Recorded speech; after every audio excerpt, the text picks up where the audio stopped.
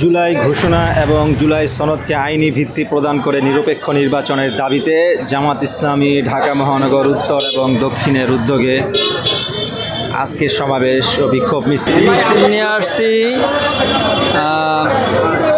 বাংলাদেশ জামাত ইসলামের তরফ থেকে সংস্কারের জন্য দাবি করছি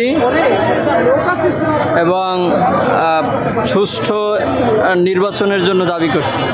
জাতীয় সমাবেশের ৭ দফা জাতীয় সমাবেশের বাস্তবায়নের লক্ষ্যে দফাগুলো কী ছিল?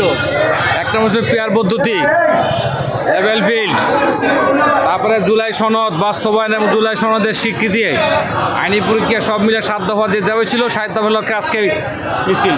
এর পূর্বে গত ১৯শে জুলাই সংগঠনটি একটি জাতীয় মহাসমাবেশ আয়োজন করেছিল ঢাকা সোহরাওয়ার্দী উদ্যানে। সেখানে ৭ দফার দাবিতে সমাবেশটি হয়েছিল। সংগঠনটির পক্ষ থেকে ৭ দফার দাবির কিছু বাস্তবায়ন হয়নি বলে দাবি করেছে। আমরা দেখতে পাচ্ছি মিছিল নিয়ে সংগঠনটি সমাবেশ স্থলে একে একে আসা শুরু করেছে সংগঠনের নেতা কর্মীরা।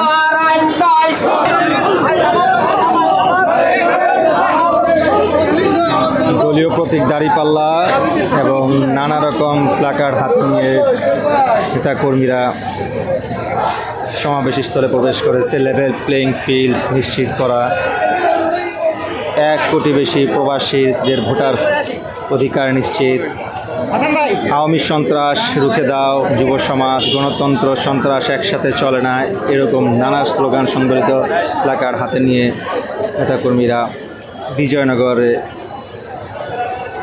অবস্থানের জন্য চলে এসেছে।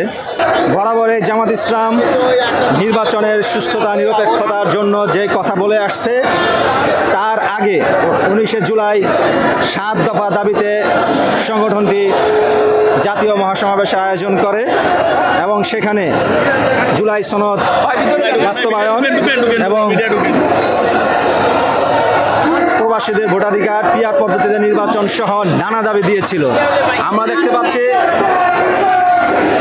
মিছিলের সম্মুখে ভাগে রয়েছেন জামাত ইসলামের নায়েবে আমির ডক্টর আব্দুল্লাহ মোহাম্মদ তাহের, রয়েছেন নুরুল ইসলাম বুলবুল, রয়েছেন আব্দুল হালিম এবং আমরা দেখতে পাচ্ছি আল্লামা দেলোয়ার হোসেন সাঈদী সাহেবের সন্তান শামীম সাঈদী সহ কেন্দ্রীয় মহানগরের নেতৃবৃন্দ।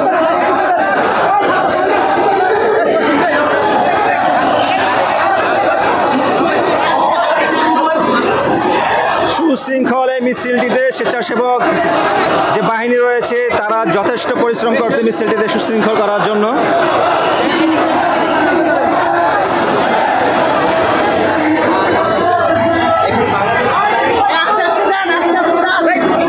দেখতে পাচ্ছেন মিছিলটি এগিয়ে যাচ্ছে। মিছিলটি রয়েছে উত্তরের জামাত ইসলামের সভাপতি সেলিম উদ্দিন।